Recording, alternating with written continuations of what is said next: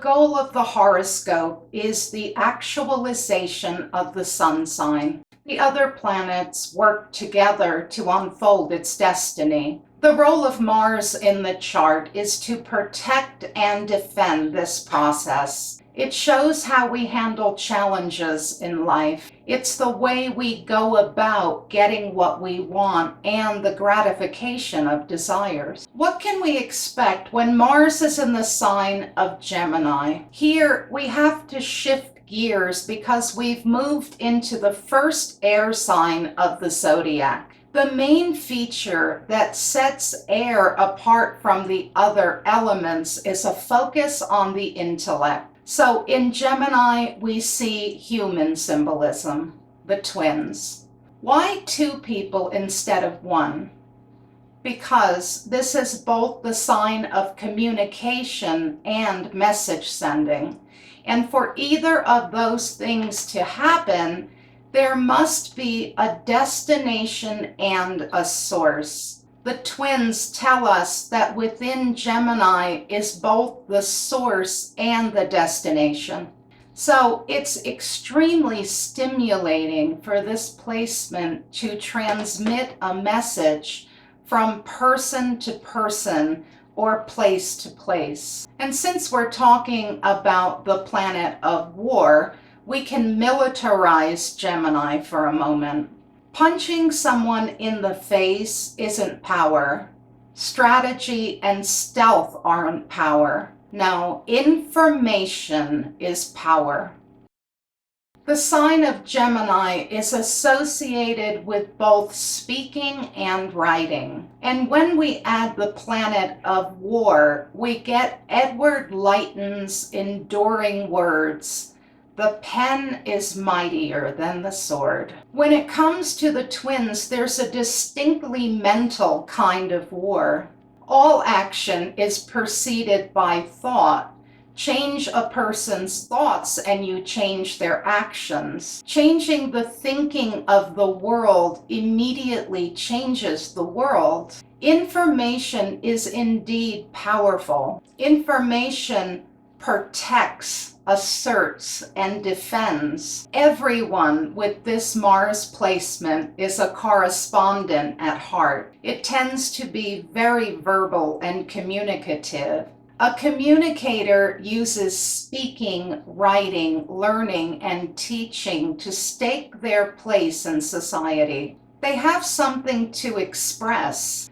The more social ones will find themselves working in groups in all forms of communication and media. They're attracted to the action there. The more introverted ones will stick to things like blogging and tweeting, stuff they can do from the privacy of their desk. Either way, they live to get the story out. Theirs or somebody else's. Our Mars placement shows how we go about getting what we want. What can we say about Mars in Gemini? Here we find a resilient personality, someone who seems relatively unaffected by the slings and arrows of life. It bounces back, and that has everything to do with its versatility. It needs no plan, thinks fast, moves quickly. It changes instantly as circumstances change. The active principle within the personality has a lot of ideas. The fire in the belly given to us by Mars turns into a fire in the mind. Now, the chart can't show IQ, so we can't say that this placement makes a person smart,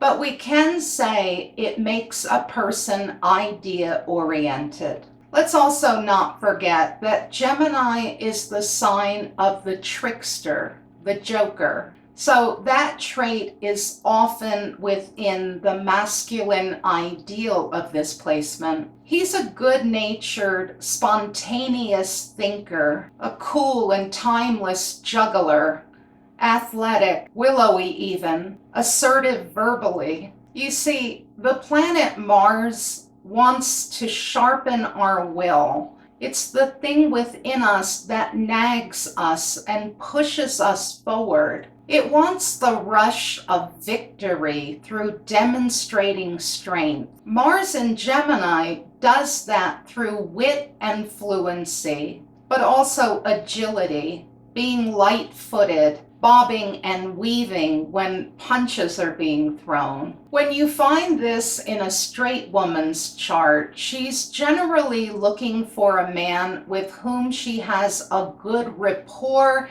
and great conversations, because a couple's strength often lies in what they talk about. She's likewise a sapiosexual, turned on by intelligence, and she usually likes a light nature. But this is where the dark side of Mars in Gemini starts to show itself. Give a carefree man some time and a little pressure, and that trait may begin showing itself as irresponsibility. A Peter Pan character dances out when things are supposed to be serious, or the flirtatiousness that she originally liked may turn into disloyalty. So, to avoid trouble, women with Mars in Gemini have to be careful about the true maturity level of a partner. Let's stay with the underbelly for just a touch longer.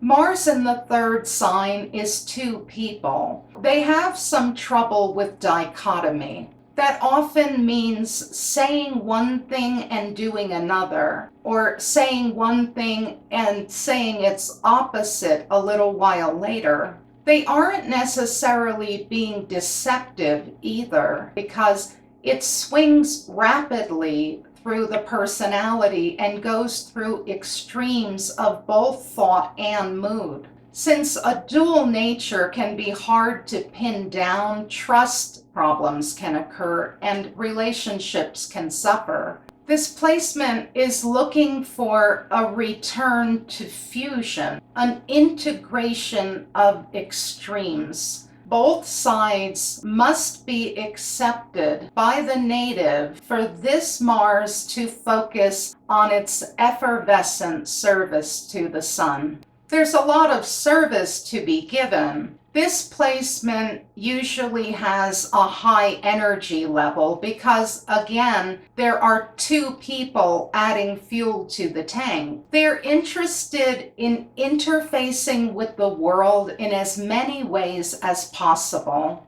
They have a strong need to think freely and without restraint. I've seen Mars in Gemini have a physical reaction to boredom. They become tired when not enough meaningful stuff is going on. In those moments, they become extremely attracted to diversions. A day in and day out routine is uninspiring to this Mars. In order to stay interested and curious, they have to find themselves in a sea of variety. Thank you for watching Secrets from an Astrologer's Desk, Mars in Gemini. Stay tuned for all the ways you can get in touch for a birth chart reading and full astrological services. More videos to come.